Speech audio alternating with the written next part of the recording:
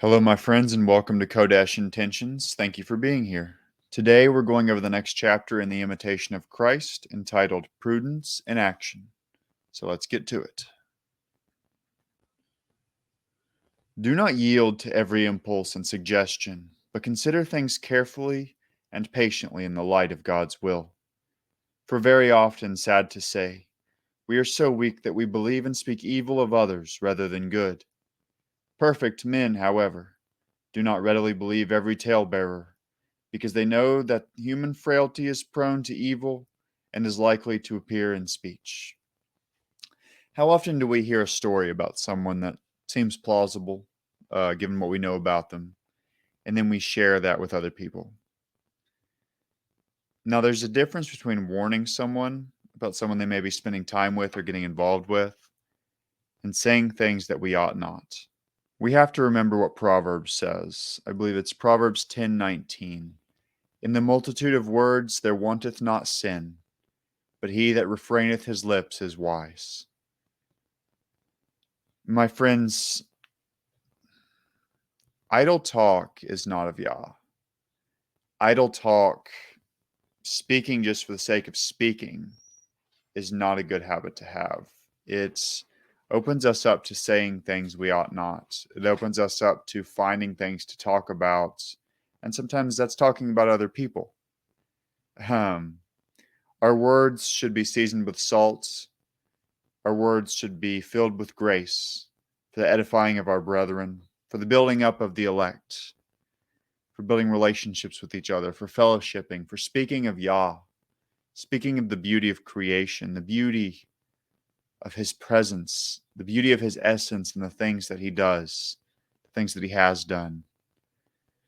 We have things to talk about if we need to speak, but we don't need to fill the silence with speaking. Not to act rashly or to cling obstinately to one's opinion, not to believe everything people say or to spread abroad the gossip one has heard is great wisdom. Take counsel with a wise and conscientious man. Seek the advice of your betters in preference to following your own inclinations. A good life makes a man wise according to God and gives him experience in many things. For the more humble he is and the more subject to God, the wiser and the more at peace he will be in all things. So let's look at some scriptures about wise counsel.